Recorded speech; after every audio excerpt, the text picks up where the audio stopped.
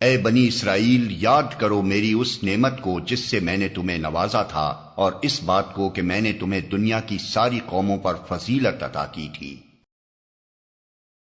طرف اشارہ ہے، جبکہ تمام دنیا کی قوموں میں ایک بنی اسرائیل کی قوم ہی ایسی تھی جس کے پاس اللہ کا دیا ہوا علم حق تھا، اور جسے اقوام عالم کا امام و رہنما بنا دیا گیا تھا، تاکہ وہ بندگی رب کے راستے پر سب قوموں کو بلائے اور چلائے۔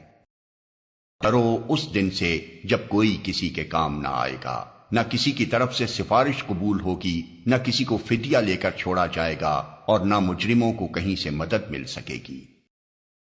بنی اسرائیل کے بگاڑ کی ایک بہت بڑی وجہ یہ تھی کہ آخرت کے متعلق ان کے عقیدے میں خرابی آ گئی تھی۔ وہ اس قسم کے خیالات خام میں مبتلا ہو گئے تھے کہ ہم جلیل القدر انبیاء کی اولاد ہیں، بڑے بڑے اولیاء، صلحاء اور زہاد سے نسبت رکھتے ہیں، ہماری بخشش تو انہی بزرگوں کے صدقے میں ہو جائے گی، ان کا دامن گرفتہ ہو کر بھلا کوئی سزا کیسے پا سکتا ہے۔ انہی جھوٹے بھروسوں نے ان کو دین سے غافل اور گناہوں کے چکر میں مبتلا کر دیا تھا، اس لیے نعمت یاد دلانے کے ساتھ فوراً ہی ان کی ان غلط فہمیوں کو دور کیا گیا ہے۔ یاد کرو وہ وقت جب ہم نے تم کو فرعونیوں کی غلامی سے نجات بخشی، انہوں نے تمہیں سخت عذاب میں مبتلا کر رکھا تھا، تمہارے لڑکوں کو ذبح کرتے تھے اور تمہاری لڑکیوں کو زندہ رہنے دیتے تھے، اور اس حالت میں تمہارے رب کی طرف سے تمہاری بڑی آزمائش تھی۔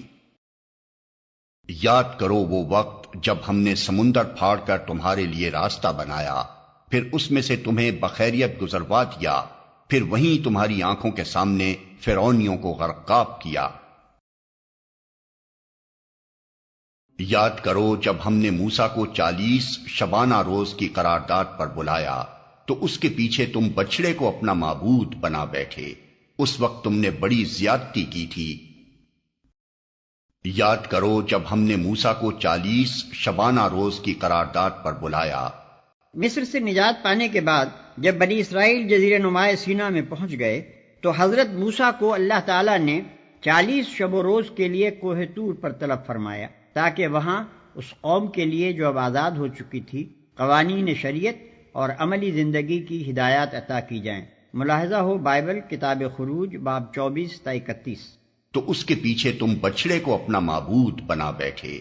گائے اور بیل کی پرستش کا مرض بنی اسرائیل کی ہمسایہ اقوام میں ہر طرف پھیلا ہوا تھا۔ مصر اور کنعان میں اس کا عام رواج تھا۔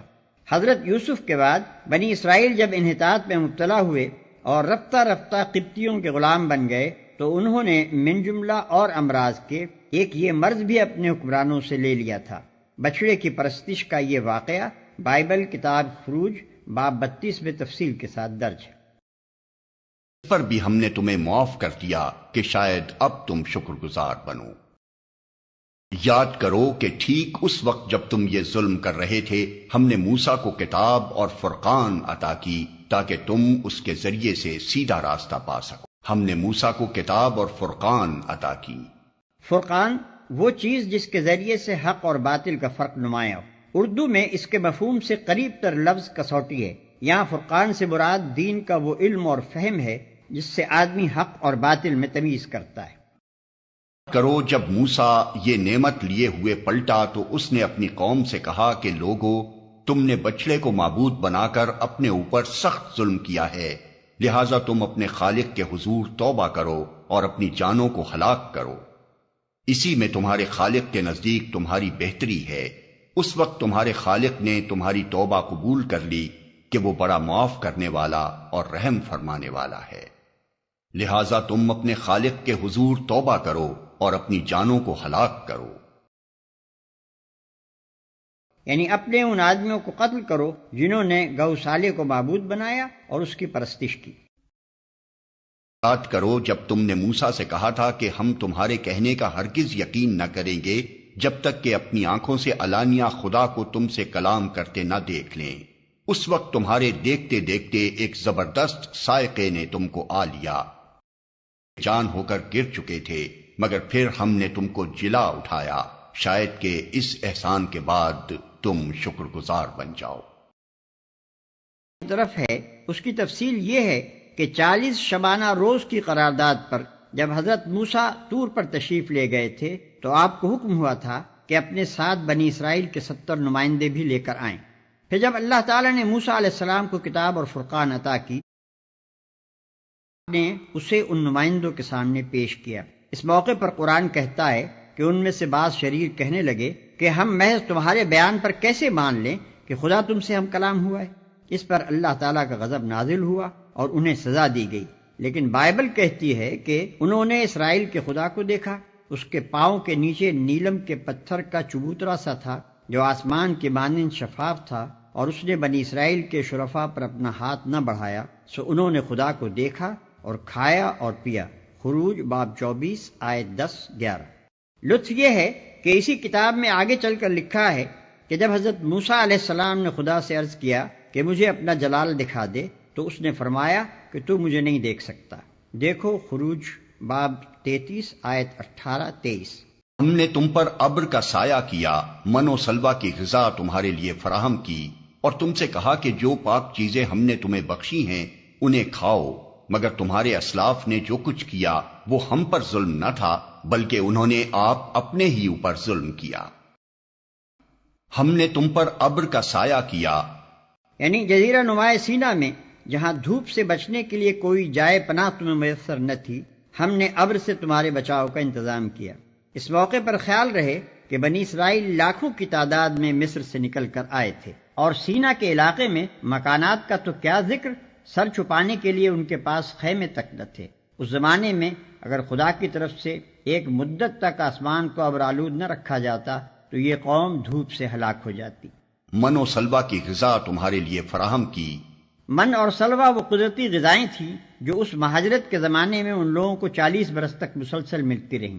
من دھنیے کے بیج جیسی ایک چیز تھی جو اوس کی طرح گرتی اور زمین پر جم جاتی تھی، اور سلوہ بٹیر کی قسم کے پرندے تھے۔ خدا کے فضل سے ان کی اتنی کثرت تھی کہ ایک پوری کی پوری قوم محض انہی غذاؤں پر زندگی بسر کرتی رہی اور اسے فاقہ کشی کی مصیبت نہ اٹھانی پڑی۔ حالانکہ آج کسی نہایت متمدن ملک میں بھی اگر چند لاکھ مہاجر یکایک آ پڑیں تو ان کی خوراک کا انتظام مشکل ہو جاتا ہے۔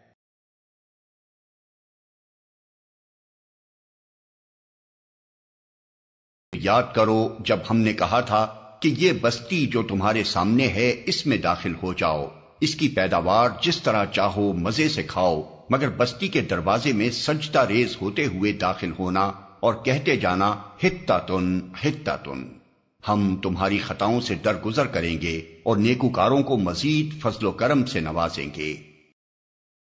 یہ بستی، یہ ابھی تک تحقیق نہیں ہو سکا ہے کہ اس بستی سے مراد کون سی بستی ہے۔ جس سلسلہ واقعات میں یہ ذکر ہو رہا ہے وہ اس زمانے سے تعلق رکھتا ہے جبکہ بنی اسرائیل ابھی جزیرے نمائے سینا ہی میں تھے، لہذا اغلب یہ ہے کہ یہ اسی جزیرے نما کا کوئی شہر ہوگا، مگر یہ بھی ممکن ہے کہ اس سے مراد شتیم ہو جو یریحو کے بالمقابل دریائے اردن کے مشرقی کنارے پر آباد تھا۔ بائبل کا بیان ہے کہ اس شہر کو بنی اسرائیل نے حضرت موسیٰ کی زندگی کے اخیر زمانے میں فتح کیا اور وہاں بڑی بدکاریاں کی، جن کے نتیجے میں خدا نے ان پر وبا بھیجی اور 24,000 آدمی ہلاک کر دیے۔ حتۃ حتۃ، یعنی حکم یہ تھا کہ جابر و ظالم فاتحوں کی طرح اکڑتے ہوئے نہ گھسنا، بلکہ خدا ترسوں کی طرح منکسرانہ شان سے داخل ہونا، جیسے محمد صلی اللہ علیہ وسلم فتح مکہ کے موقع پر مکہ میں داخل ہوئے۔ اور حتۃ کے دو مطلب ہو سکتے ہیں، ایک یہ کہ خدا سے اپنی خطاؤں کی معافی مانگتے ہوئے جانا، دوسرے یہ کہ لوٹ مار اور قتل عام کے بجائے بستی کے باشندوں میں درگزر اور عام معافی کا اعلان کرتے جانا۔ مگر جو بات کہی گئی تھی ظالموں نے اسے بدل کر کچھ اور کر دیا۔ آخر کار ہم نے ظلم کرنے والوں پر آسمان سے عذاب نازل کیا، یہ سزا تھی ان نافرمانیوں کی جو وہ کر رہے تھے۔